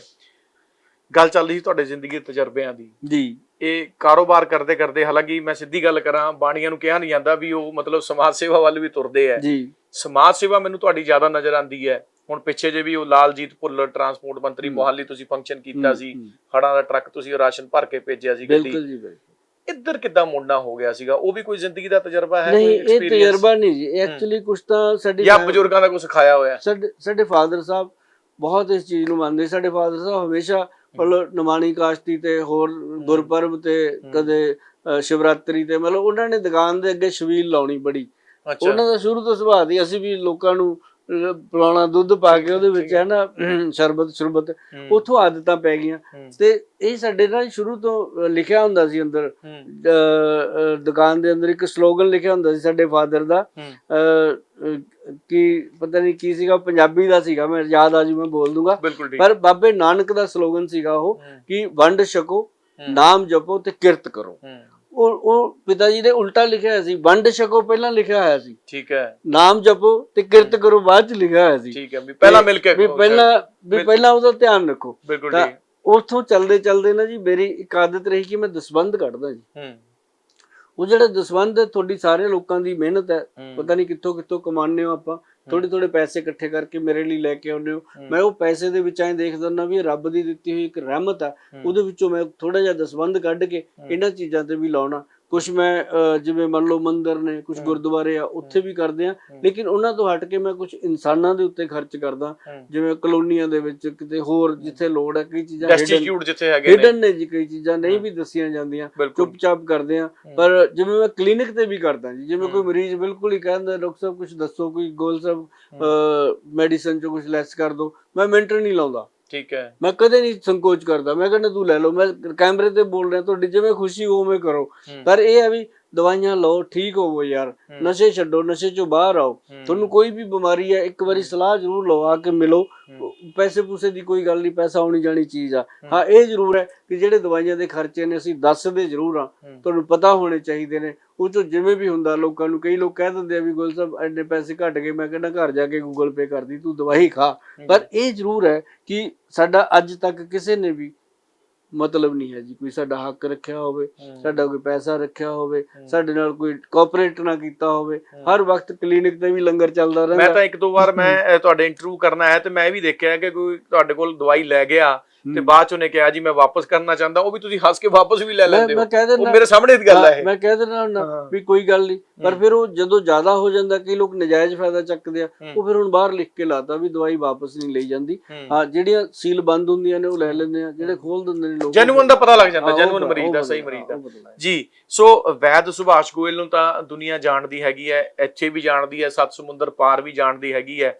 ਸਮਾਜ ਸੇਵਕ ਸੁਭਾਸ਼ ਗੋਇਲ ਨੂੰ ਘੱਟ ਲੋਕ ਜਾਣਦੇ ਨੇ, ਕਈ ਚੀਜ਼ਾਂ ਖੁਦ ਇਹਨਾਂ ਨੇ ਪਰਦੇ ਦੇ ਪਿੱਛੇ ਰੱਖੇ ਹੋਏ ਨੇ। ਸੋ ਗੋਇਲ ਸਾਹਿਬ, ਅਜਿਹਾ ਕੁਝ ਜਦੋਂ ਕਾਰਜ ਕਰਨ ਤੋਂ ਬਾਅਦ ਲੋਕਾਂ ਦਾ ਇੰਨਾ ਪਿਆਰ ਮਿਲੇ, ਲੋਕ ਇੰਨਾ ਸਤਿਕਾਰ ਦੇਣ, ਤੇ ਕੇਂਦਰੀ ਮੰਤਰੀ ਨਿਤਨ ਗਡਕਰੀ ਜਦੋਂ ਬੁਲਾ ਕੇ ਨਾਮ ਅਨਾਉਂਸ ਕਰਕੇ ਸਟੇਜ ਤੇ ਸਨਮਾਨਿਤ ਕਰਨ, ਜਾਂ ਮੁੱਖ ਮੰਤਰੀ ਪੰਜਾਬ ਸਨਮਾਨਿਤ ਕਰਨ, ਕੀ ਮਹਿਸੂਸ ਹੁੰਦਾ ਉਦੋਂ? ਉਦੋਂ ਇਹੀ ਮਹਿਸੂਸ ਹੁੰਦਾ ਹੈ ਮਰਵਾਹਾ ਸਾਹਿਬ, ਐਕਚੁਅਲੀ ਸੱਚ ਕਿ ਅਸੀਂ ਆਪਦੇ ਪਿਤਾ ਜੀ ਦੀ ਗੱਲ ਦੀ ਲਾਜ ਰੱਖੀ। ਉਹਨਾਂ ਨੇ ਸਾਨੂੰ ਜਦੋਂ ਚੰਡੀਗੜ੍ਹ ਆਏ ਸੀ, ਦੋ ਗੱਲਾਂ ਕਹੀਆਂ ਸੀ ਕਿ ਬੇਟਾ ਕਦੀ ਵੀ ਜ਼ਿੰਦਗੀ ਦੇ ਵਿੱਚ ਕਿਸੇ ਗਰੀਬ ਦੀ ਹਾਂ ਨਾ ਲਈ, ਜੋ ਮਰਜ਼ੀ ਕਰੀ, ਕਿਸੇ ਤੋਂ ਨਜਾਇਜ਼ ਨਾ ਕਰੀ, ਜਾਇਜ਼ ਕਰੀ। ਔਰ ਉਹ ਜਿਹੜੀਆਂ ਚੀਜ਼ਾਂ ਨੇ ਅੱਜ ਵੀ ਚੱਲਦੀਆਂ ਨੇ, ਹੌਲੀ ਹੌਲੀ ਚੱਲ ਰਹੇ ਆ। ਔਰ ਮੈਨੂੰ ਉਮੀਦ ਹੈ ਕਿ ਜਿਹੜਾ ਗਡਕਰੀ ਸਾਹਿਬ ਨੇ ਸਨਮਾਨ ਕੀਤਾ, ਪਿੱਛੇ ਜੇ ਸੁਨੀਲ ਸ਼ੈਟੀ ਨੇ ਵੀਅਤਨਾਮ ਦੇ ਵਿੱਚ ਸਨਮਾਨ ਕੀਤਾ ਜਾ ਕੇ ਫੋਰਨ ਕੰਟਰੀ, ਮੈਂ ਉਹੀ ਕਹਿ ਰਿਹਾ ਪਰਦੇ ਦੇ ਪਿੱਛੇ ਦੀ ਬਹੁਤ ਗੱਲਾਂ ਹੈਗੀਆਂ ਨੇ। ਇੱਕ ਵਾਰੀ ਵਿਵੇਕ ਓਬਰਾਏ ਤੋਂ ਸਨਮਾਨ ਹੋਇਆ ਸੀਗਾ ਜਾ ਕੇ ਥਾਈਲੈਂਡ ਦੇ ਵਿੱਚ। ਮਤਲਬ ਇਹ ਚੀਜ਼ਾਂ ਜਿਹੜੀਆਂ ਨੇ ਨਾ ਜੀ, ਇਹ ਜਦੋਂ ਹੁੰਦੀਆਂ ਨੇ ਉਦੋਂ ਪਤਾ ਕੀ ਆ, ਉਸ ਸਟੇਜ ਤੋਂ ਵੀ ਕਦੇ ਸੁਣਿਓ। ਮੈਂ ਕਹਿਣਾ ਹੁੰਦਾ ਵੀ ਇਹ ਮੇਰੇ ਪੰਜਾਬ ਦਾ ਸਨਮਾਨ ਹੈ, ਮੇਰਾ ਨਹੀਂ ਹੈਗਾ, ਮੇਰੇ ਪੰਜਾਬੀਆਂ ਦਾ ਸਨਮਾਨ ਹੈ, ਮੇਰਾ ਨਹੀਂ ਹੈਗਾ। ਕਿਉਂਕਿ ਮੈਂ ਇੱਕ ਨਾਅਰਾ ਦਿੱਤਾ ਹੋਇਆ ਕਿ ਮੁੜ ਸੋਨੇ ਦਾ ਸ਼ੇਰ ਬਣੂਗਾ ਮੇਰਾ ਪੰਜਾਬ, ਨਸ਼ਾ ਮੁਕਤ ਬਣੂਗਾ ਮੇਰਾ ਪੰਜਾਬ। ਇਹ ਮੇਰਾ ਜਿਹੜਾ ਨਾਅਰਾ ਹੈ, ਇਹ ਮੈਨੂੰ ਕਿਤੇ ਵੀ ਖੜਾ ਕਰ ਦਿੰਦਾ ਹੈ, ਇਹ ਕਿਤੇ ਵੀ ਗੱਲ ਕਰਨ ਦੇ ਲਈ ਮੈਨੂੰ ਲਾਇਕ ਬਣਾ ਦਿੰਦਾ ਹੈ। ਇਸ ਕਰਕੇ ਮਰਵਾਹਾ ਸਾਹਿਬ ਜਿਹੜੇ ਮਾਨ ਸਨਮਾਨ ਨੇ ਨਾ, ਇਹ ਬਹੁਤ ਛੋਟੇ ਨੇ। ਪਰ ਜਿਹੜਾ ਮਰੀਜ਼ ਆ ਕੇ ਜਦੋਂ ਕਹਿੰਦਾ ਵੀ ਗੋਇਲ ਸਾਹਿਬ ਤੁਹਾਡੇ ਬੱਚੇ ਜੀਣ, ਤੁਹਾਡਾ ਰੱਬ ਕਾਰੋਬਾਰ ਵਧਾਵੇ, ਜਿਹੜੀ ਮਿਲਦੀ ਹੈ ਦਿਲ ਤੋਂ, ਤੁਹਾਡੀ ਉਮਰ ਲੰਬੀ ਹੋਵੇ, ਜਿਹੜਾ ਤੁਸੀਂ ਮੇਰੇ ਬੱਚੇ ਨੂੰ ਨਸ਼ੇ ਚੋਂ ਬਾਹਰ ਕੱਢ ਲਿਆ, ਕੋਈ ਕਹਿੰਦਾ ਮੈਨੂੰ ਗੋਡਿਆਂ ਦੇ ਆਪਰੇਸ਼ਨ ਤੋਂ ਬਚਾ ਲਿਆ, ਕੋਈ ਕਹਿੰਦਾ ਸ਼ੂਗਰ ਦੀ ਬਿਮਾਰੀ ਕੰਟਰੋਲ ਹੋ ਗਈ। ਮਤਲਬ ਇਹ ਕਰਨ ਕਰਾਉਣ ਵਾਲਾ ਉੱਪਰ ਬੈਠਾ ਆਪੇ ਹੀ ਕਰਦਾ। ਇਹ ਕੋਈ ਐ ਹੁੰਦਾ ਵੀ ਕਿਸੇ ਨੂੰ ਜਰੀਆ ਬਣਾ ਦਿੰਦਾ। ਉਹ ਜਿਵੇਂ ਤੁਸੀਂ ਕਹਿ ਕੇ ਹਟੋ ਕਿ ਮਾਨ ਸਨਮਾਨ ਛੋਟੀ ਚੀਜ਼ ਹੈ, ਪਰ ਇਹ ਜ਼ਿੰਮੇਵਾਰੀਆਂ ਬਹੁਤ ਵਧਾ ਦਿੰਦੇ ਆ, ਬਹੁਤ ਵਧਾ ਦਿੰਦੇ ਨੇ ਜੀ। ਜਿਵੇਂ ਹੁਣ ਕੋਈ ਮਰੀਜ਼ ਆ ਕੇ ਕਹਿੰਦਾ ਵੀ ਗੋਇਲ ਸਾਹਿਬ ਮੈਂ ਤੇਰਾ 3-3 ਘੰਟੇ ਮੈਂ ਤੁਹਾਡੀ ਵੀਡੀਓ ਦੇਖਦਾ ਰਹਿਣਾ, ਅੱਜ 20-25 ਦਿਨਾਂ ਬਾਅਦ ਹੌਸਲਾ ਕਰਕੇ ਆਇਆ, ਮੇਰੀ ਕਿੱਡੀ ਜ਼ਿੰਮੇਵਾਰੀ ਵੱਧਦੀ। ਉਹ 3 ਘੰਟੇ ਰੋਜ਼ ਮੈਨੂੰ ਦੇ ਰਿਹਾ, ਜਿਹੜਾ ਭਰੋਸਾ ਕਾਇਮ ਕੀਤਾ ਉਹਨੇ। ਫਿਰ ਮੈਂ ਉਹਨੂੰ ਇੱਕੋ ਗੱਲ ਕਹਿਣਾ ਹੁੰਦਾ ਵੀ 3 ਘੰਟੇ ਤਾਂ ਨਹੀਂ ਤੈਨੂੰ ਦਰਦ ਹੋਇਆ? ਕਹਿੰਦਾ ਨਾ, ਮੈਂ 3 ਘੰਟੇ ਵੀਡੀਓ ਦੇਖੀਗਾ। ਮੈਂ ਵੀਡੀਓ ਦੇਖ ਕੇ ਦਰਦ ਨਹੀਂ ਹੋਇਆ, ਦਵਾਈ ਖਾ ਕੇ ਤਾਂ ਹੋਣਾ ਹੀ ਨਹੀਂ ਜੀ। ਬਿਲਕੁਲ। ਸੋ ਦਰਸ਼ਕੋ, ਸਾਡੀ ਗੱਲਬਾਤ ਵੈਦ ਸੁਭਾਸ਼ ਗੋਇਲ ਨਾਲ ਚੱਲ ਰਹੀ ਸੀ। ਸੁਭਾਸ਼ ਗੋਇਲ ਸੰਗਰੂਰ ਦਾ ਇੱਕ ਮੁੰਡਾ ਕਿਵੇਂ ਵੈਦ ਸੁਭਾਸ਼ ਗੋਇਲ ਬਣਿਆ, ਔਰ ਜਦੋਂ ਸ਼ੂਗਰ ਦਾ ਉਹਨਾਂ ਨੇ ਤੋੜ ਕੱਢਿਆ, ਸ਼ੂਗਰ ਦਾ ਇਲਾਜ ਕੱਢਿਆ। ਨਸ਼ੇ ਨਾਲ ਲੋਕ ਖਰਾਬ ਹੋ ਰਹੇ ਸੀਗੀ। ਉਹਨਾਂ ਨੇ ਦੱਸਿਆ ਵੀ ਇੱਕ ਨੌਜਵਾਨ ਕੁੜੀ ਦੀ ਕੀ ਹਾਲਤ ਸੀਗੀ ਅੱਜ ਤੋਂ, ਜਦੋਂ ਉਹਨਾਂ ਨੂੰ ਆ ਕੇ ਮਿਲੀ ਸੀਗੀ ਉਹ। ਤੇ ਹੈਰੋਇਨ ਵਰਗੇ ਨਸ਼ੇ ਤੋਂ ਵੀ ਨਿਜਾਤ ਦਿਵਾਉਣ ਦੇ ਜਿਹੜੇ ਨੁਸਖੇ ਹੈਗੇ ਨੇ, ਜਾਂ ਸ਼ੂਗਰ ਨੂੰ ਖਤਮ ਕਰਨ ਦੇ ਨੁਸਖੇ ਨੇ, ਮੋਟਾਪਾ, ਆਮ ਤੌਰ ਤੇ ਜਿਹੜੀਆਂ ਬਿਮਾਰੀਆਂ ਅੱਜ ਕੱਲ੍ਹ ਹੋ ਰਹੀਆਂ ਨੇ, ਉਹ ਇਹਨਾਂ ਦੇ ਗੋਇਲ ਸਾਹਿਬ ਦੇ 35-40 ਸਾਲ ਦੇ ਜਿਹੜੇ ਤਜਰਬੇ ਨੇ ਜ਼ਿੰਦਗੀ ਦੇ, ਤੁਹਾਡੇ ਨਾਲ ਸਾਂਝੇ ਕੀਤੇ ਨੇ। ਸੋ ਅਗਲੀ ਵਾਰੀ ਫਿਰ ਨਵੀਆਂ ਤੇ ਤਾਜ਼ੀਆਂ ਅਪਡੇਟ ਲੈ ਕੇ ਮਿਲਾਂਗੇ। ਗੋਇਲ ਸਾਹਿਬ, ਇੱਕ ਆਪਣੀ ਜ਼ਿੰਦਗੀ ਤੁਸੀਂ ਸਾਡੇ ਨਾਲ ਸਾਂਝੀ ਕੀਤੀ ਹੈ ਕਿ ਵੈਦ ਸੁਭਾਸ਼ ਗੋਇਲ ਦੀ ਜ਼ਿੰਦਗੀ, ਬਹੁਤ ਬਹੁਤ ਧੰਨਵਾਦ। ਇਹ ਬਰਬਾਦ ਸਾਹਿਬ ਤੁਹਾਡਾ ਬੜਾ ਬਣ ਹੈ, ਤੁਸੀਂ ਬੈਠੇ ਬੈਠੇ ਉਧਰ ਨੂੰ ਤੋਰ ਲਿਆ। ਮੈਨੂੰ ਪਤਾ ਹੈ ਜੇ ਗੱਲਾਂ ਛੇਤੀ ਕਰਦਾ ਨਹੀਂ, ਪਰ ਜਿੰਨੇ ਵੀ ਸਾਡੇ ਦਰਸ਼ਕ ਲੋਕ ਜਾਣਨਾ ਚਾਹੁੰਦੇ ਸੀਗੇ, ਮੈਂ ਇਹਨਾਂ ਦੇ ਵਿੱਚੋਂ ਹੀ ਨਿਕਲਿਆ, ਤੁਹਾਡੇ ਵਿੱਚੋਂ ਨਿਕਲਿਆ, ਗੋਹਾ ਕੂੜਾ ਕਰਦੇ ਆਏ ਆ ਪੰਜਾਬ ਚੋਂ, ਤੁਹਾਡੇ ਵਿੱਚ ਹੀ ਰਹਾਂਗੇ, ਐਂ ਰਹਾਂਗੇ। ਮੈਨੂੰ 30 ਸਾਲ ਹੋ ਗਏ ਆਪਣਾ ਮਾਲਵਾ ਛੱਡੇ ਨੂੰ, ਪਿੰਡ ਚੰਡੀਗੜ੍ਹ ਬੈਠਾ। ਮੈਨੂੰ ਅੱਜ ਵੀ ਲੋਕ ਕਹਿੰਦੇ ਨੇ ਗੋਇਲ ਸਾਹਿਬ ਤੁਹਾਡੇ ਚ ਮਾਲਵਾ ਹਾਲੇ ਵੀ ਵੱਸਦਾ, ਪੰਜਾਬੀ ਦੀ ਇੱਕ ਰੱਤੀ ਨਹੀਂ ਛੱਡੀ ਆਪਾਂ ਨੇ। ਆਪਣੀ ਮੈਡਮ ਜਿਹੜੀ ਮੇਰੀ ਵਾਈਫ ਹੈ, ਪੰਜਾਬੀ ਦੀ MA ਕੀਤੀ ਹੋਈ ਆ, ਬੇਟੀਆਂ ਦੋਏ ਘੈਂਟ ਪੰਜਾਬੀ ਬੋਲਦੀਆਂ ਨੇ, ਮਤਲਬ ਪੰਜਾਬ ਨੂੰ ਜਿੰਦਾ ਰੱਖਿਆ। ਚੰਡੀਗੜ੍ਹ ਦਾ ਪੱਛਮੀ ਰੰਗ ਨਹੀਂ ਛੱਡਿਆ, ਆਪਣੇ ਦਿਲ ਚ ਪੂਰਾ ਜਿੰਦਾ ਰੱਖਿਆ ਜੀ। ਹੋਰ ਨਵੀਆਂ ਤੇ ਤਾਜ਼ੀਆਂ ਅਪਡੇਟ ਲਈ ਜੁੜੇ ਰਹੋ ਸਾਡੇ ਨਾਲ। ਹੁਣ ਦਿਓ ਬਲਜੀਤ ਮਰੋਹਾ ਨੂੰ ਇਜਾਜ਼ਤ। ਧੰਨਵਾਦ।